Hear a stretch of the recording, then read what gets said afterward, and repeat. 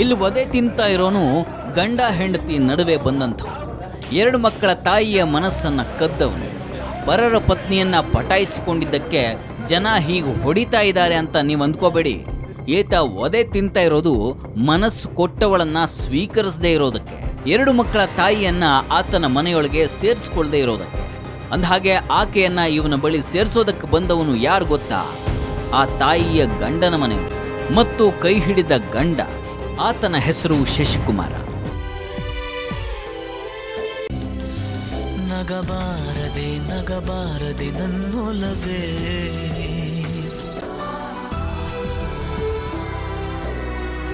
ಕಂಡಿಲ್ಲ ಯಾರು ನಾನು, ಕರಗಿ ಹೋಗಲೇನು ನಿನ್ನ ಕರಗಳಲ್ಲಿ ನಾನು.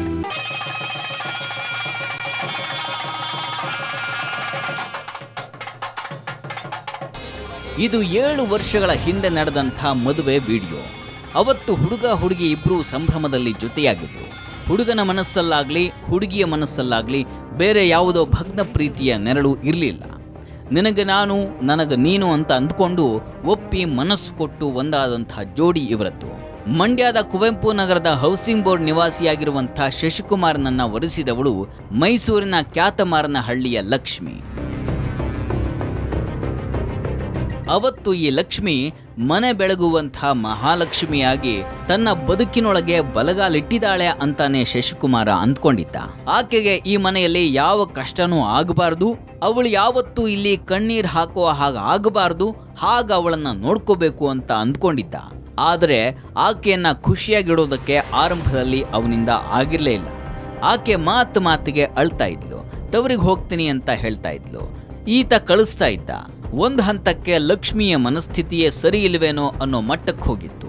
ಅಪ್ಪಟ್ಟ ಹಠಮಾರಿ ಹೆಣ್ಣವಳು. ಅದೆಷ್ಟರ ಮಟ್ಟಿಗೆ ಅಂದ್ರೆ ಆಕೆ ಹೇಳಿದ್ದ ಆಗ್ಲಿಲ್ಲ ಅಂದ್ರೆ ರೂಮ್ ಸೇರ್ಕೊಂಡು ಕತ್ತಿಗೆ ವೇಲನ್ನ ಬಿಕ್ಕೊಂಡ್ಬಿಡ್ತಾ ಇದ್ಲಂತೆ. ಎಲ್ಲ ಆತ್ಮಹತ್ಯೆ ಮಾಡ್ಕೊಂಡ್ ಬಿಡ್ತಾಳೋ ಅನ್ನೋ ಭಯದಲ್ಲೇ ಶಿವಕುಮಾರ ಹೆಂಡತಿಯನ್ನ ಓಲೈಸ್ಕೊಂಡಿರ್ತಾ ಇದ್ದ. ಒಮ್ಮೆ ಇದು ಅತಿಯಾಯಿತು ಅಂತ ಅನ್ನಿಸ್ದಾಗ ಮಹಿಳಾ ಸಹಾಯವಾಣಿಗೂ ಹೋಗಿದ್ದ.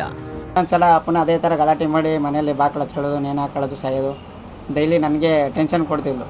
ಸುಮ್ಮನೆ ಬಾಕ್ಲಾಕ ಹೊಡೆದು ಏನಾರು ಬೇಡ ಮೈಸೂರಿಗೆ ಹೋಗ್ತಾ ಇಲ್ಲೋ, ಹೋಗಬೇಡ ಅಂದರೆ ಸಾಕು, ಏನಾರು ಹಿಂಗೆ ಆಯ್ತು ಹಿಂಗೆ ಕೆಲಸ ಇದೆ ಹೋಗ್ಬೇಕು ಅನ್ನೋದು ಇದ್ದಿರಲಿಲ್ಲ. ಹೋಗಬೇಡ ಅಂದರೆ ಸಾಕು ಬಾಕ್ಲ ಹಾಕೊಳ್ಳೋದು, ಹೋಗಿ ವೇಲ್ ತಗೊಳ್ಳೋದು, ಬಿಕ್ಕೊಳ್ಳೋದು, ಆ ಥರ ಮಾಡ್ತಾಯಿದ್ಲು. ನಮಗೂ ಬೇಜಾರಾಗಿ ಮಹಿಳೆಗೆ ಹೋಗಿ ಕಂಪ್ಲೇಂಟ್ ಕೊಡೋಕೆ ಪೊಲೀಸ್ ಸ್ಟೇಷನ್ಗೆ ಹೋಗಿದ್ವು. ನಮ್ಮ ಕಂಪ್ಲೇಂಟೇ ತಗೊಳಕ್ಕೆ ಬರಲ್ಲ ಅಂದರು. ಅದಕ್ಕೆ ನಾವು ಅಮ್ಮನ ಕೈಲೇ ಮಹಿಳೆ ಆಗೋಕ್ಕೆ ಕಂಪ್ಲೇಂಟ್ ಕೊಡಿಸ್ತೇವೆ. ಇವಾಗ ಅಲ್ಲಿ ಮಹಿಳೆ ನಮ್ಮ ತಾಯಿಗೆ ಇದ್ಬೇಕು ಇದೆಲ್ಲ ಅಂದ್ಬಿಟ್ಟು ಕೊಡಿಸಿದೆ. ಯಾಕೆ ನಾನೇ ನೋಡ್ಕೊಳ್ಳೋ ಅಂಥದ್ದು. ಈಗ ಅವ್ರಿಗೂ ಪ್ರಾಬ್ಲಮ್ ಐತೆ ಅಂದ್ಬಿಟ್ಟು ಕೊಡಿಸಿದೆ ಈ ಥರ ಮನೆಯಲ್ಲೆಲ್ಲ. ಆ ಟೈಮ್ನಲ್ಲಿ ಸಹಾಯವಾಣಿಯವರು ಗಂಡ ಹೆಂಡತಿಯ ಅಹವಾಲನ್ನು ಕೇಳಿ ಹುಡುಗಿಗೆ ಟ್ರೀಟ್ಮೆಂಟ್ ಕೊಡಿಸಿ ಬೇರೆ ಮನೆ ಮಾಡ್ಕೊಂಡಿರ್ರಿ ಅಂತ ಸಜೆಷನ್ ಕೊಟ್ಟಿದ್ರು. ಅದಕ್ಕೆ ಶಶಿಕುಮಾರ ಒಪ್ಪಿದ್ನಾದ್ರೂ ಮಡದಿಯನ್ನ ಸ್ವಲ್ಪ ದಿನ ದೂರ ಇಟ್ಟರೆ ನಾನು ಬಿಟ್ಬಿಡ್ತೀನೇನೋ ಅನ್ನೋ ಭಯದಲ್ಲಾದರೂ ದಾರಿಗೆ ಬರಬಹುದು ಅಂತ 2 ತಿಂಗಳು ದೂರ ಇಟ್ಟಿದ್ದ. ಆ 2 ತಿಂಗಳಲ್ಲಿ ಬದುಕೇ ಬದಲಾಗಬಹುದು ಅನ್ನುವಂಥ ಕಲ್ಪನೆ ಅಲ್ಲಿ ಯಾರಿಗೂ ಇರಲಿಲ್ಲ. ಲಕ್ಷ್ಮಿಗೂ ತಾನು ದಾರಿ ತಪ್ತೀನಿ ಇಲ್ಲಿ ಅನ್ನೋದು ಗೊತ್ತಿಲ್ಲ. ಶಶಿಕುಮಾರನಿಗಂತೂ ತನ್ನ ಹೆಂಡತಿಯನ್ನ ಬೇರೆ ಯಾರೋ ಪಟಾಯಿಸ್ಕೊಳ್ಬಹುದು ಅನ್ನೋ ಯೋಚನೆನೂ ಬರಲಿಲ್ಲ. ಆತ ಹೆಂಡತಿಗೆ ಹೆದರ್ಸೋದಕ್ಕೆ ಅಂತ ಸ್ವಲ್ಪ ದೂರ ಇದ್ದ. ಆ ಟೈಮ್ನಲ್ಲಿ ಗಂಡ ದಾರಿ ತಪ್ಪಿದ್ರೆ ತನ್ನನ್ನು ಬಿಟ್ಬಿಟ್ರೆ ಅನ್ನೋ ಭಯದಲ್ಲಿ ಲಕ್ಷ್ಮಿ ಶಶಿಕುಮಾರನ ಸ್ನೇಹಿತನಿಗೆ ಕರೆ ಮಾಡಿ ಗಂಡನ ಬಗ್ಗೆ ವಿಚಾರಿಸ್ಕೊಳ್ತಾ ಇದ್ಲು. ಅವನೇ ಈ ಸಾಗರ್. ಅವಳದ್ದು ಮೈಂಡ್ ಇದು ಸರಿ ಇಲ್ಲ ಅಂದ್ಬಿಟ್ಟು ಅಬ್ನಾರ್ಮಲ್ ಅಂತ ಹೇಳಿದೆ. ಹೋಗಿ ಹಾಸ್ಪಿಟ್ಲಿಗೆ ತೋರಿಸಿ ಬೇರೆ ಮನೆ ಮಾಡಿ ಇಸ್ಕೊ ಅಂತ ಹೇಳಿದ್ರು. ಅವಳು ಬೇರೆನೇ ಮನೆ ಮಾಡಿ ಚೆನ್ನಾಗಿ ಇಸ್ಕೊಂಡೆ. ಬೇರೆ ಮನೆ ಟೈಮಲ್ಲಿ ಮಾಡಲ್ಲ. ನನಗೆ 2 ತಿಂಗಳು ಅವಳಿಗೆ ಗ್ಯಾಪ್. ಅವಳ ಜೊತೆ ಮಾತುಕತೆ ಇರಲಿಲ್ಲ. ಇವನು ಇವನ ಫೋನ್ ನಂಬರ್ ಇತ್ತು. ಅವಳು ಒಂಥರ ನಂದಿಲ್ಲಿ ಆ್ಯಕ್ಟಿವಿಟೀಸ್ ಸಿಗಬೇಕಲ್ಲ, ಅವನು ನನ್ನ ಫ್ರೆಂಡೇ ಜೊತೆಲಿ ನಮ್ಮ ಅಂಗಡಿಲೇ ಬರ್ತಿದ್ದೆ, ಸಾಗರ್ ಅಂದ್ಬಿಟ್ಟು ನಮ್ಮ ಜೊತೆಲೇ ಇರ್ತಿದ್ನಲ್ಲ. ನಂದು ಎಲ್ಲ ವಿಷಯ ತಿಳ್ಕೊಳ್ಳೋಕ್ಕೆ ಅವನಿಗೆ ಫೋನ್ ಮಾಡಿ ಕಾಂಟ್ಯಾಕ್ಟ್ ಮಾಡೋಣ. ಅದನ್ನೇ ಅವನು ಉಪಯೋಗಿಸ್ಕೊಂಡು ಫೋನ್ ಮಾಡೋದು, ಮಾತಾಡೋದು, ಹಿಂಗಿದ್ರೆ ಇಲ್ಲಿ ವಿಷಯ ಹೇಳೋಂಗೆ ಮಾತಾಡ್ಕೊಂಡು ಅವಳು ಮರಳು ಮಾಡ್ಬಿಟ್ಟಾನೆ. ಮರುಳು ಮಾಡಿರೋದು ಅಂದರೆ ಹೀಗಲ್ಲ. ಪ್ರತಿನಿತ್ಯ ಗಂಡ ಶಶಿಕುಮಾರನ ಬಗ್ಗೆ ಡೀಟೇಲ್ ಕೇಳಿಕೊಂಡು ಕಾಲ್ ಮಾಡ್ತಾ ಇದ್ದವಳಿಗೆ ತಾನೇ ಗಂಡನ ಸ್ಥಾನ ತುಂಬುವಂತಹ ಭರವಸೆಯನ್ನು ಕೊಟ್ಬಿಟ್ಟಿದ್ದ. ಅದು ಅವರಿಬ್ಬರು ದೂರ ಇದ್ದಾಗಲಲ್ಲ. ಈ ಶಶಿಕುಮಾರ ಯಾವಾಗ ಮತ್ತೊಂದು ಮನೆ ಮಾಡಿಕೊಂಡು ಮಡದಿಯನ್ನು ಜೊತೆಗೆ ತಂದಿಟ್ಕೊಂಡೋ ಆಗ್ಲೇ ಈ ಸಾಗರನ ಆಟ ಶುರುವಾಗಿತ್ತು. ಆರಂಭದಲ್ಲಿ ಆತ ಲಕ್ಷ್ಮಿಗೆ ಒಮ್ಮೆ ನೀನ್ ನನಗೆ ಸಿಗದೇ ಇದ್ರೆ ನಿನ್ನ ಗಂಡನ ಬಗ್ಗೆ ವಿಚಾರಿಸಿದ್ದೆಲ್ಲವನ್ನ ಆತನಿಗೆ ಹೇಳಿ ಸಂಸಾರದಲ್ಲಿ ಹುಳಿ ಹಿಂಡ್ತೀನಿ ಅಂತ ಬ್ಲ್ಯಾಕ್ ಮೇಲ್ ಮಾಡೇ ಹಾಸಿಗೆ ಹಂಚಿಕೊಂಡಿದ್ದ ಅಂತ ಹೇಳ್ತಾರೆ. ನನಗೆ ಯಾವುದಕ್ಕೆ ಗೊತ್ತೇ ಇಲ್ಲ, ಅವತ್ತಿಂದನೂ ಗೊತ್ತಿಲ್ಲ ನನಗೆ ವಿವರ. ಈಗ ಒಂದು ವರ್ಷದಿಂದ ಫೋನ್ ಅಂದ್ರೆ ಬರೀ ಫೋನ್ ಮಾತುಕತೆ ಕಷ್ಟ ಸುಖ ಹೇಳ್ಕತ್ತಿದೆ ಅನ್ಕೊಂಡು ನಂಬರ್ ಚೇಂಜ್ ಮಾಡಿ ಮಾಡೋನು. ಅವಳಿಗೂ ಬ್ಲ್ಯಾಕ್ ಮೇಲ್ ಮಾಡೋಕೆ ಶುರು ಮಾಡೋನು. ಅವಾಗ ಇನ್ನು ಫೋನ್ ಮಾತಾಡಲಿಲ್ಲ ಅಂದರೆ ನೀವು ಬರಲಿಲ್ಲ ಅಂದರೆ ನಿನ್ನ ಗಂಡಿಗೆ ಹೇಳ್ತೀನಿ, ನನಗೆ ಫೋನ್ ಮಾಡೋನು. ಅವಾಗ ಮಿಸ್ ಕಾಲ್ ಕೊಡೋನು ಬೇರೆ ನಂಬರ್ಗಳಿಂದ ಮಾತಾಡ್ತಿರಲಿಲ್ಲ. ಗೇಟ್ ಹತ್ರ ಬರ್ತೀನಿ ಅಂತ ಅವಳಿಗೆ ಎದುರಿಸಿ ಬ್ಲ್ಯಾಕ್ ಮೇಲ್ ಮಾಡಿ ಅವಳು ಉಪಯೋಗಿಸ್ಕೊಂಡು ಚೆನ್ನಾಗಿ ಉಪಯೋಗಿಸೋಣ. ಒಂದ್ಸಾರಿ ಲಕ್ಷ್ಮಿ ಸಾಗರನ ತೋಳೊಳಗೆ ಬಿದ್ದಿದ್ದು ಆಕೆ ಮೇಲೇಳುವುದಕ್ಕಾಗಲೇ ಇಲ್ಲ. ಆರಂಭದಲ್ಲಿ ಗಂಡನ ಭಯ ಅಲ್ಪ ಸ್ವಲ್ಪ ಆಕೆಯನ್ನ ಕಾಡ್ತಾ ಇತ್ತಾದ್ರೂ ನಂತರ ಈ ಅವಿವೇಕಿ ಸಾಗರ್ ನಿನ್ನ ಗಂಡನ ಕೈಲಿ ಸಿಕ್ಕಾಕೊಂಡ್ರೆ ನಾನ್ ನೋಡ್ಕೋತೀನಿ ಅಂದಿದ್ದೇ ತಡ ಲಕ್ಷ್ಮಿ ಚಿಗುತ್ಕೊಂಡ್ಬಿಟ್ಲು. ಬಡಪಾಯಿ ಶಶಿಕುಮಾರ ಮೂಲೆ ಗುಂಪಾಗೋದ. ಅವನಿಗೆ ಮನೆಯಲ್ಲಿ ಬೆಲೆ ಅನ್ನೋದೇ ಇಲ್ಲದಂತೆ ಮಾಡಿದ್ಲು ಈ ಲಕ್ಷ್ಮಿ. ದುರಂತ ಅಂದ್ರೆ ಶಶಿಕುಮಾರನ ಮನೆಯಲ್ಲಿ ಎಲ್ಲವೂ ಸಾಗರ ಹೇಳ್ದ ಹಾಗೆ ನಡೀತಾ ಇತ್ತು. ಶಶಿಕುಮಾರನ ಜೊತೆ ಲಕ್ಷ್ಮಿ ಓಡಾಡೋದಕ್ಕೂ ಸಾಗರನ ಪರ್ಮಿಷನ್ ತಗೋಬೇಕಾಗಿತ್ತು. ಆತನಿಗೆ ಮಡದಿಯನ್ನ ಮುಟ್ಟಬೇಕು ಅಂದ್ರೆ ಅದಕ್ಕವಳು ಈ ದೊಣ್ಣೆ ನಾಯಕನ ಪರ್ಮಿಷನ್ ತಗೊಂಡೇ ಮುಂದುವರಿಬೇಕಾಗಿತ್ತು. ನಾನಿಲ್ಲಿ ಹೊರಗಡೆ ಮನೆ ಮಾಡಿ ಚೆನ್ನಾಗಿ ಇಟ್ಕೊಂಡಿದ್ದೆ, ಏನಂತ ಅದು ಇದು ಇರಲಿ ಏನಿಲ್ಲ, ಗೊತ್ತಿರಲಿಲ್ಲ ನನಗೆ. ಅವಳು ಕರೆಕ್ಟಾಗಿ ಇಟ್ಕೊಂಡಿದ್ದೆ. ಅವಾಗ ಆಮೇಲೆ ತಿಳಿದು ಬೇಜಾರಾಯ್ತರು ಏನು ಮಾಡೋಕ್ಕಾಗ್ತದೆ ಅಂತ ಸುಮ್ಮನೆ ಅವ್ಳ ಪಾಡಿಗೆ ಇಲ್ಲಿ ಬಿಟ್ಬಿಟ್ಟಿದ್ದೀನಿ ಅಷ್ಟೇ. ಈಗೆಲ್ಲ ನಾ ಏನೇ ಮಾಡ್ಬೇಕಾರೋ ಅವಳಿಗೆ ಅವ್ನ ಪರ್ಮಿಷನ್ ಬೇಕಾಗಿತ್ತು. ಈಗ ಅವ್ನ ಮಾತು ಅವಳು ಕೇಳ್ತಾಳೆ, ನನ್ನ ಮಾತು ಕೇಳೋ ಪರಿಸ್ಥಿತಿ ಇಲ್ಲ. ಆ ಥರ ಅವ್ನು ಬಾ ಅಂದರೆ ಕಂಡೀಷನ್ ಇವ್ರು ಬಾ ಅಂದರೆ ಬರ್ತಾನೆ, ಆ ಥರದ ಅವಳೆ ಪರ್ಮಿಷನ್ ಬೇಕು, ಆ ಥರ ಪರಿಸ್ಥಿತಿ ಇದೆ. ಕ್ರಮೇಣ ಆತ ಗಂಡ ಹೆಂಡತಿಯ ನಡುವೆನೆ ದೈಹಿಕ ಸಂಬಂಧ ಇಟ್ಕೊಳ್ಳದ ಹಾಗೆ ಮಾಡಿಬಿಟ್ಟಿದ್ದ. ಒಟ್ಟಿನಲ್ಲಿ ಶಶಿಕುಮಾರ ಅವನ ಮನೆಯಲ್ಲೇ ಆತ ಹೊರಗಿನವನಂತಾಗೋಗಿದ್ದ.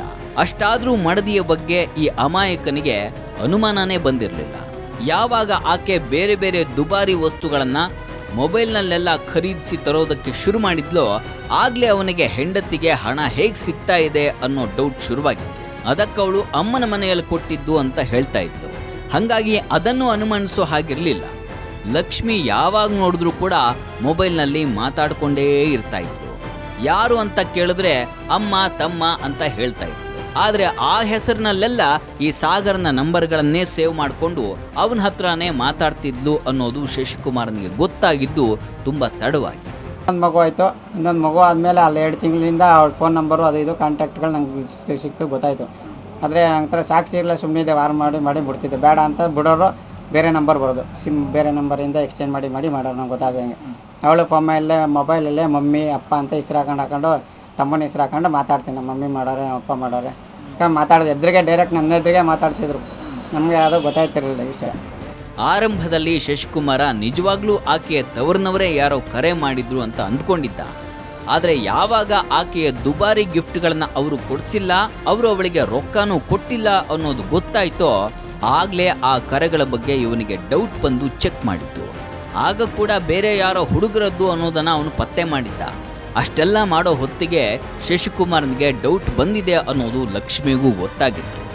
ಆದರೆ ಅವನಿಗೆ ಗೊತ್ತಾದರೆ ಏನು ಮಾಡೋಕ್ಕಾಗುತ್ತೆ ಅವನ ಕೈಯಿಂದ ಅನ್ನೋ ಮಟ್ಟಕ್ಕೆ ಆಕೆ ಇಳಿದು ಬಿಟ್ಟಿದ್ಲು ಅಂತ ಅನ್ಸುತ್ತೆ. ಮಾಡಕ್ಕೆ ಹೋದೆ, ಕಾಲ್ಡ್ರೆ ನಂಗೆ ಆಫ್ ಮಾಡೋಕೆ ಗೊತ್ತೈತೆ ಅಂದ್ಬಿಟ್ಟು ನನ್ನ ಎದುರಿಗೆ ತೋರಿಸೋಳು ಅವಾಗ, ಈ ಥರ ಇದು ಮಾಡ್ತಿದ್ದೀನಿ ಅಂತ. ಅದು ಸಿಕ್ಕಿಲ್ಲ, ಸುಮ್ಮನೆ ಇನ್ನೊಂದು ಸಲ ಪೊಲೀಸ್ ಸ್ಟೇಷನ್ಗೆ ಹೋದೆ, ಅಲ್ಲೂ ಏನೂ ಆಗಲಿಲ್ಲ. ನಮಗೆ ಇದು ಮಾಡೋಕೆ ಅವಳಿಗೆ ಆಗ್ತಾನೆ ಇರಲಿಲ್ಲ. ಈಗ ಈ ಲಾಸ್ಟ್ 3 ತಿಂಗಳಲ್ಲೇ ನನಗೆ ಅಮ್ಮ ಆಗಿಬಿಟ್ಟು ಜ್ವರ, ಮನೇಲೇ ಮಲಗಿದ್ದ. ಅಲ್ಲಿ ಫೋನ್ ವ್ಯವಹಾರನೂ ಜಾಸ್ತಿ ಆಗೋಯ್ತು, ಹೊರಗಡೆ ಓಡಾಟನೂ ಜಾಸ್ತಿ ಆಯಿತು. ಈ ಇಡೀ ರೋಡವ್ರಿಗೆಲ್ಲ ಅವಳಿಗೆ ವಿಷಯ ಗೊತ್ತೈತೆ, ನನಗೆ ಗೊತ್ತಿರಲಿಲ್ಲ. ಅದು ಹೇಳ್ತಾರೆ, 4-5 ಜನ ಹೇಳೋದಾಗ ಸಾಕ್ಷಿ ಇಲ್ಲದೆ ಮಾತಾಡ್ಬಾರ್ದು ಅಂತ ಸುಮ್ಮನೆ ಇದ್ದೆ. ಇವನಿಗೆ ಅದೇನು ಮಾಡಬೇಕು ಅನ್ನೋದೇ ತೋಚ್ತಾ ಇರಲಿಲ್ಲ. ಹೆಂಡತಿ ದಾರಿ ತಪ್ಪಿದಾಳೆ ಅಂತ ಬಲವಾಗಿ ಅನ್ನಿಸ್ತಾ ಇತ್ತಾದ್ರೂ ಮೊಬೈಲ್ ಕಾಲ್ ರೆಕಾರ್ಡ್ ಮಾಡೋದಕ್ಕಾಗಿದ್ರೆ ಹಂಗಾದ್ರೂ ಸಿಕ್ಕಿ ಬೀಳೋಳು, ಅದೂ ಆಗ್ಲಿಲ್ವಲ್ಲ. ನಂತರ ಆಕೆಯ ವರ್ತನೆ ಸರಿ ಇರದ ಕಾರಣನೇ ಇಟ್ಕೊಂಡು ಅನುಮಾನದಿಂದ ಪೊಲೀಸ್ ಠಾಣೆಯ ಮೆಟ್ಟಿಲನ್ನ ಹತ್ತಿದ್ದ ಶಶಿಕುಮಾರ.